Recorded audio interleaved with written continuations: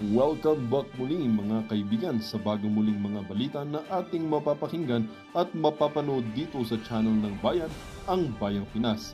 Dito, ating matutunghayan ang mga bagay na nangyayari sa ating bansa, partikular na umano sa loob na mismo ng gobyerno at lalong-lalo na dito sa kasalukuyang administrasyon. Ngunit bago ang lahat, kung bago ka pa lamang sa ating channel ay siguraduhin mong ikaw ay mag-subscribe, pindutin ang notification bell at syempre piliin na rin ang all upang lagi kang maging updated sa mga balitang bago, totoo at walang bias. Syempre mga kaibigan at kung mga ating mga solid viewers naman dyan ay maraming salamat naman po sa inyong walang sawang pagsuporta. At huwag din pong kalimutang magpakita ng suporta sa ating channel sa pamamagitan ng pag-like at pag-share sa ating mga videos. At syempre mga kaibigan, kung meron ka naman pong hinaing at opinyon, ang ating comment section ay bukas para sa inyong mga opinyon at mga hinaing at kung ano po ang nais nyong sabihin sa ating mga gobyerno upang mabasa na ito. Heto na nga mga kaibigan, atin nang panoorin at pakinggan ang balitang ito.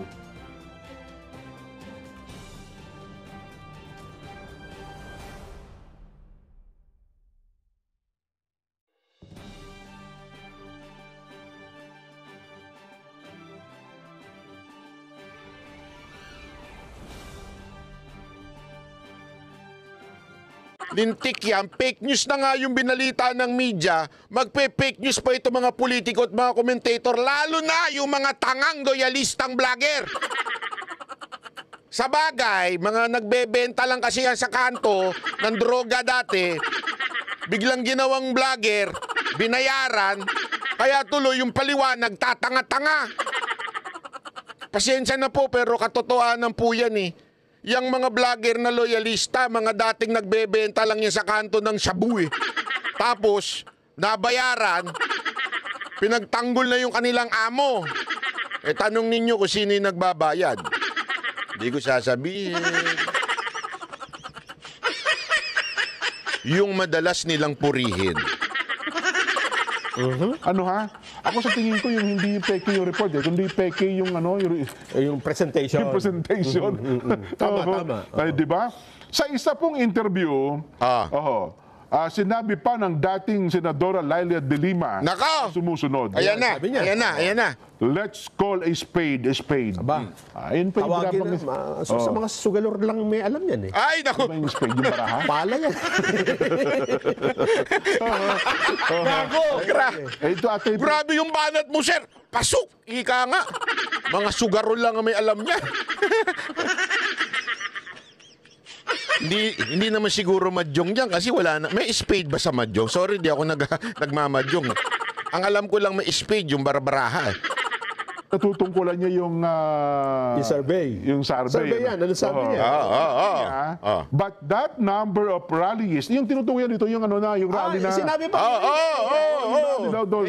Ano sabi? Ang sabi? But that number of rallies Ay? for Sara isn't bigger than the 41% of the population that the news, that the SWS reported, want the impeached to push through. Tingnan natin dyan, ha? Kung tama yung sinasabi niya. 41% of the population. Tama. Hindi, respondent lang.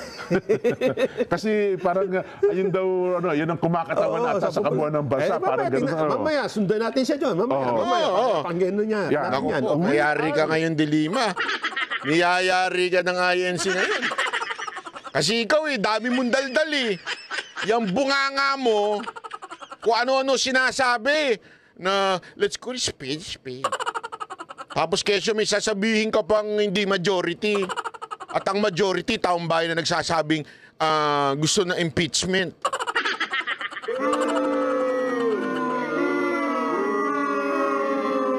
Madam, ako may tanong lang. Tanong lang ho ito. Paano ho kayo naging abogado kung mahina kayo sa mathematics?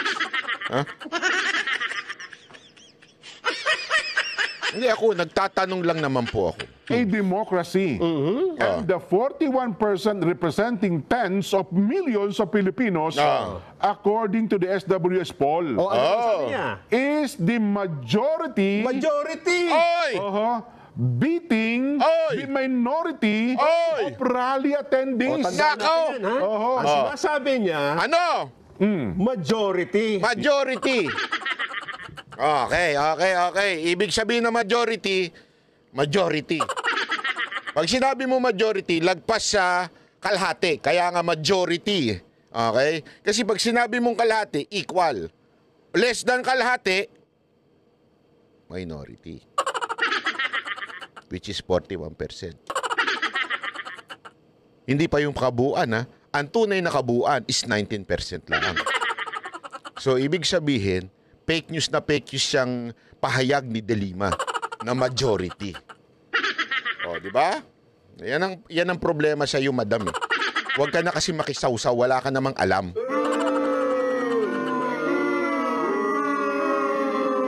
Tuloy. Yes. Binibit ang minority. Yes. Ay. Pero, ma'am, kailan Ano yan? naging majority yung 41%? Nako!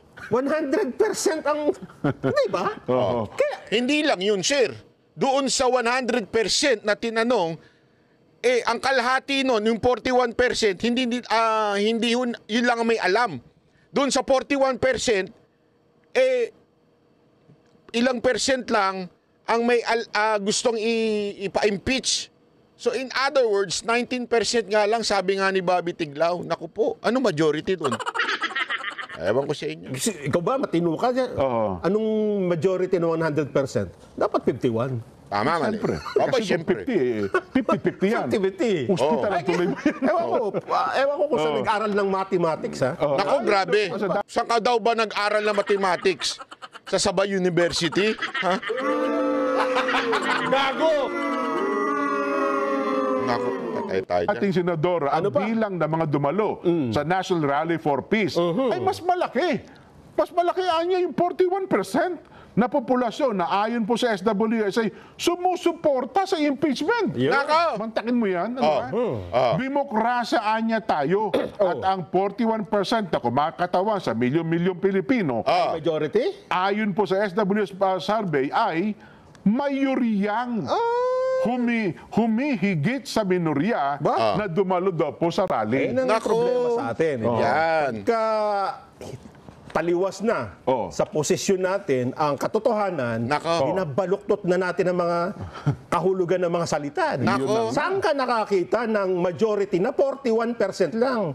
Halimbawa, Jen, bumili tayo ng pizza. Oo. Akin yung majority dyan, ha? Oo. O ayan, 41 lang sa'yo. Mag-aaway kayo, di ba? Pizza pie ba yan? Favorite ko din yan, pizza pie. Kung bumili ito ng stocks, yung shares ng business, Oo, tapos sa magbobotohan. akin yung ako majority ha. Oo, edi siya naman susunod. Hindi po pwede. Ay, nako. Kung susundin natin, sabi pa rin ginang bubitig lang natin ha. Yan. Kung susundin natin ng lohika po ni De Lima, hindi na natin kailangan magsagawa ng Eleksyon. ng mahalagang eleksyon. Bakit? Kailangan na lamang ayon natin gumawa ng survey. Totoo yun. Mag-survey na lang tayo. At doon, lilitaw kung sino ang...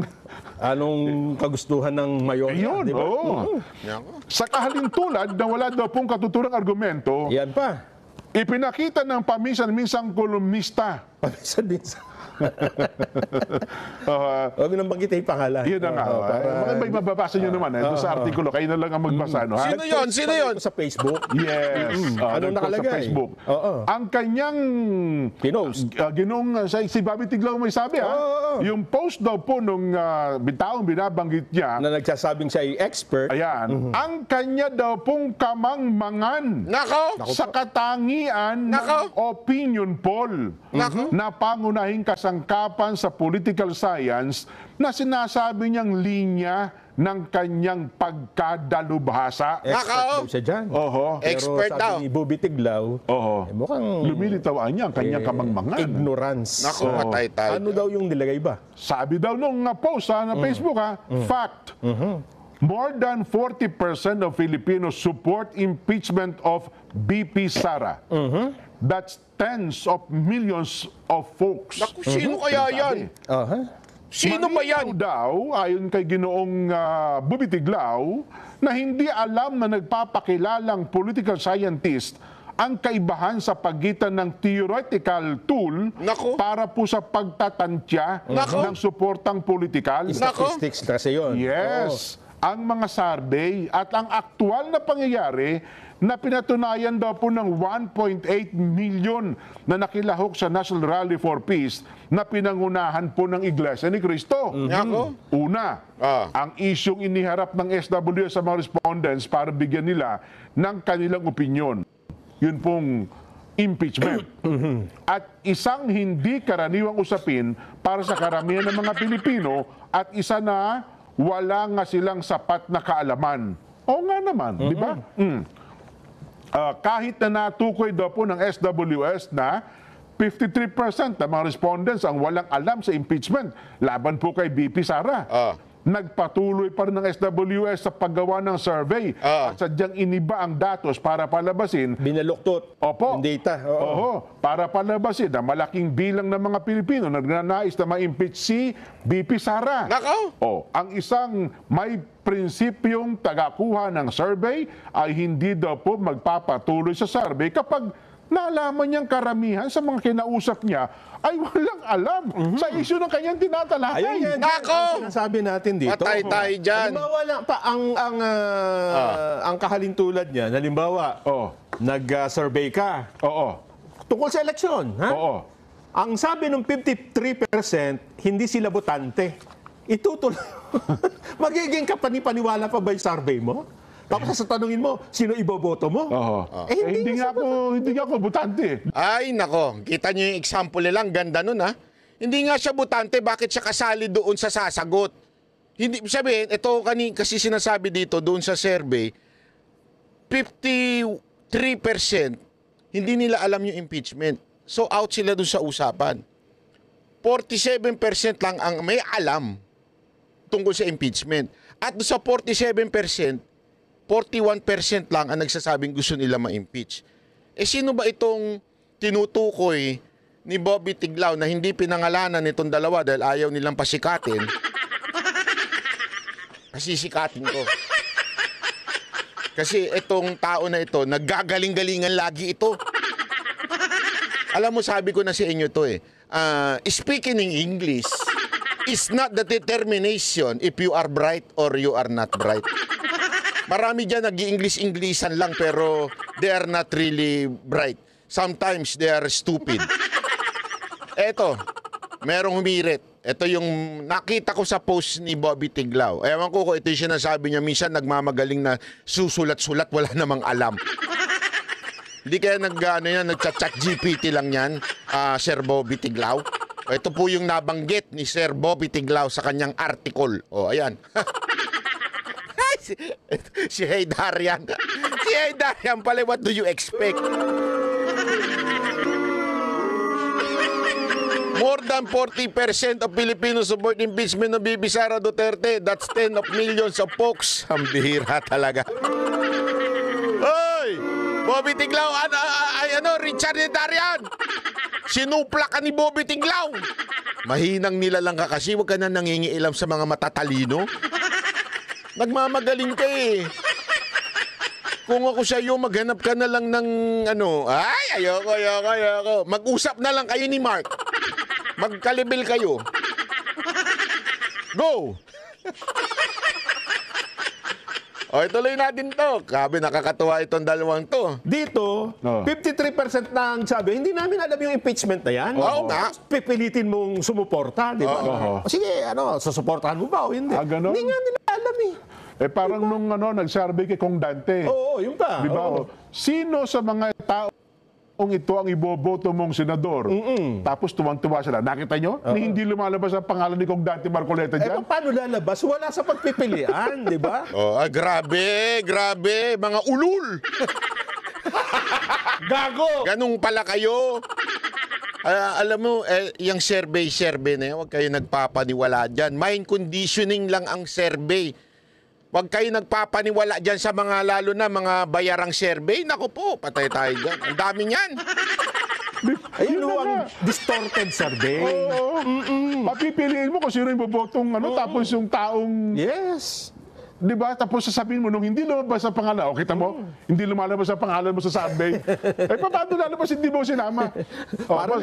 Kung sinama nyo nga yung pangalan ko baka may gusto pa dyan tumakbo ako Tumakbo ako sa Japan.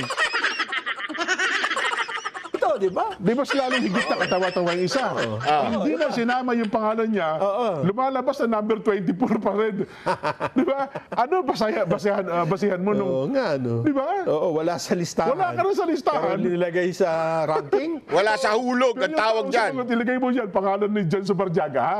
O hindi tumatakbo yan, pero gusto ko ilagay mo dyan. Grabe, ano? Di ba?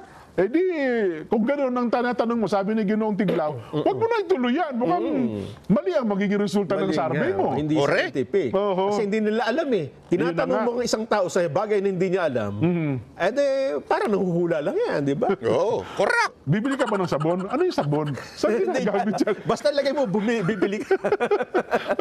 Bibili ka bang shampoo? Ganun katanga yung mga nag-i-interpret niyang survey. Kawawa talaga sila Mantakin mo, hindi nila alam yung 41% na sinasabi na yun, doon lang sa kalahati yun, o sa less than kalahati. Mantakin.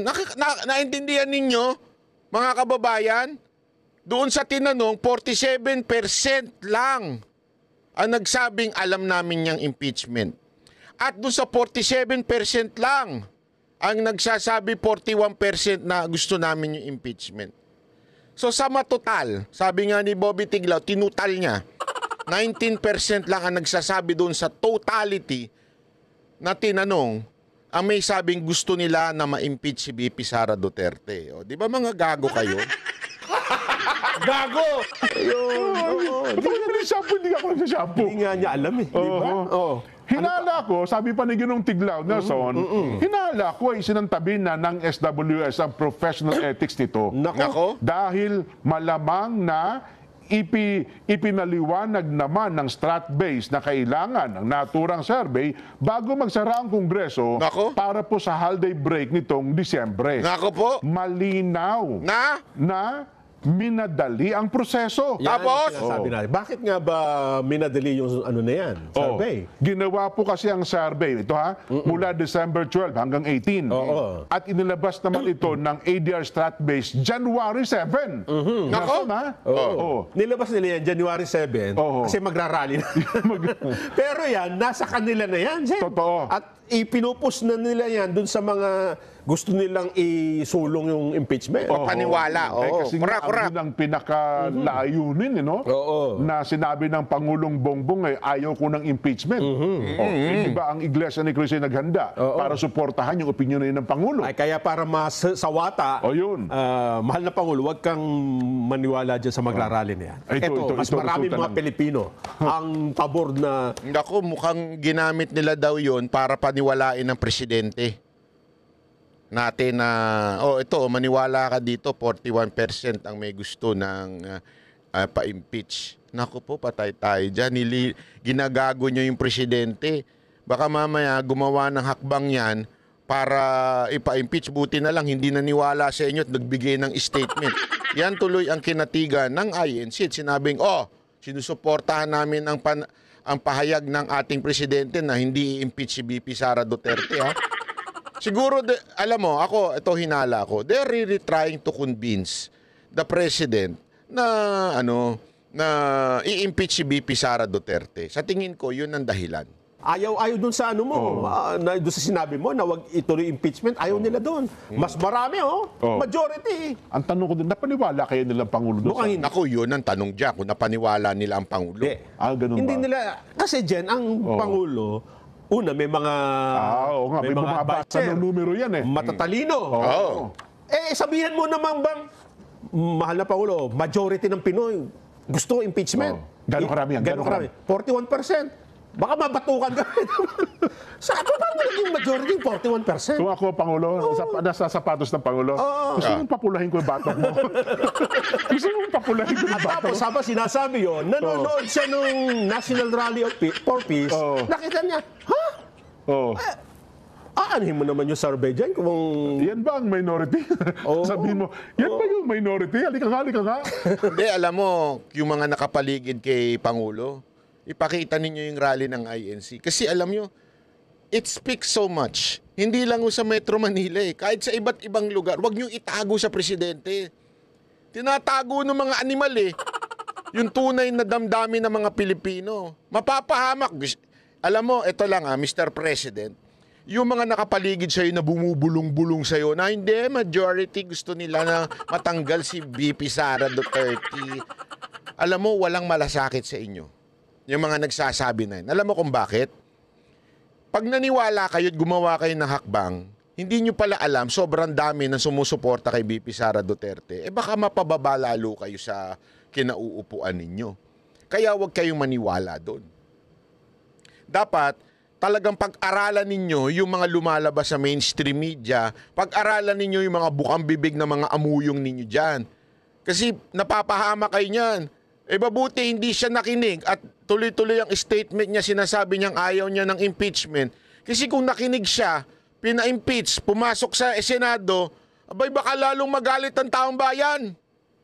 Mantakin mo 19% lang ang may gustong pa-impeach. Paano yung iba? O tapos malalaman pa nila pagdating sa Senado. Kunwari natuloy siya, naipasa sa Senado yung impeachment. Diyan hindi na pwede yung katulad ng ginagawa ng mga quadcom na tinatarantado nila yung investigasyon. Pagdating sa Senado, it's real court. Magiging magiging court na ho yan. Ang lupit ho niyan. Naku, kaya sabi ko sa inyo, buti hindi kayo naniwala dahil mapapahamak talaga kayo. Mapapaaga ang baba ninyo sa posisyon pagka nagyari. Kaya huwag kayo nagpapaniwala ho dyan. Pag gusto lang kayong ipahamak ng mga nakapaligid sa inyo. Yan ang katotohanan dyan, sir. Naku po. Ano pa sabi? Ito pa, ituloy ko yung sinasabi ni Ginoong Bobby Tiglaw. Kung pagbobotohan ang impeachment, tuloy ko, ayon mismo. Yan yung motibo. Oo. Ayon mismo sa SWS report, ang Strat-based consultancy ang naghanda ng naturang survey. Nako. Sino ba yan? Sino ba yan? Kung pagbobotohan ng impeachment complaint ngayong Pebrero lamang, hinaharap nito ang posibilidad na mabasura dahil magiging abala na rin ang Kongreso sa halalan sa Mayo. Nako. So, wala nang panahon. Wala nang panahon. Wala na. Yung susulong. Nako. Ang problema, ginawa nila yung survey December 12, inilabas para bagang bagong-bago January 7. Kasi meron na namang pagkilos. Yes. Kung ngayon na sila nag-survey ng January 7, baka sabi ng tao, mag-impeachment pa ba? Mag-election na? Wala ng tao, di ba? Yun nga. Wala na yung mga mababatas. Ito pa, Jim. Ha? 53% walang alam, di ba? Nung nag-survey sila, 53%. Ngayong napanood nila yung rally. Nako. At napanood nila yung mga paliwanag. Nako. Ayun. Yun. Ano ang sasabihin ng 53%? Yun. Ayun na nga, Kasi Jack, magkakaroon na sila ng kaalaman eh. Magkakaroon sila ng kaalaman. Magkakaroon na sapat na kabatiran eh. Tama. Nakasama pa yung survey dahil ganyan ba? Ano bang nangyari? Ano bang... ngayon, nalaman na nila na yung palang rule of law ay ayaw ipatupad. Jen, Nako. gustong madaliin. Nako. Tinatanong ko nga kasi alam mo, nasa sa survey ito, totohanan lang. Minsan malaki din ang factor kung paano mo inihana yung tanong para sumagot yung respondents. Tama. Di ba? Halimbawa, kung ako magtatanong, Nelson, ito sa ating i-analyze nyo lang po. Halimbawa, ang tanong sa survey, kung ako ay nagtanong, kung halimbawa na ito, Nelson, hindi ko sinabing ganito yung tanong, kung mapapatunayang nagkasala si BP Inday Sara, payag ka bang ma-impeach siya? Anong sagot mo? Oo. Kasi napatunayan eh. Napatunayang nagkasala. Ako man. Di ba? Ang ating mga kababayan siguro nakikinig eh. Kung mapatunayang nagkasala si BP Inday Sara, payag ka bang ma-impeach siya? Nako. Oo naman po. Napatunayan na pala nagkasala eh.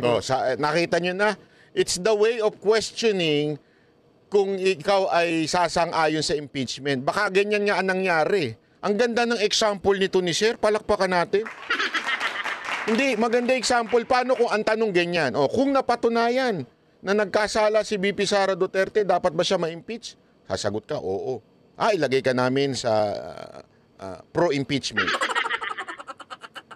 Tarantado, di ba? Tama, mali.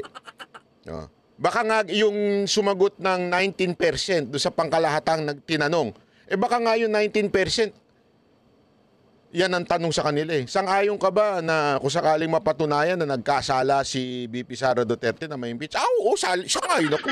Nagkasala eh. O di, nailagay ka ngayon doon sa pro-impeachment. Kaya mga kababayan, ano yan? Mind conditioning talaga. Napakahalata.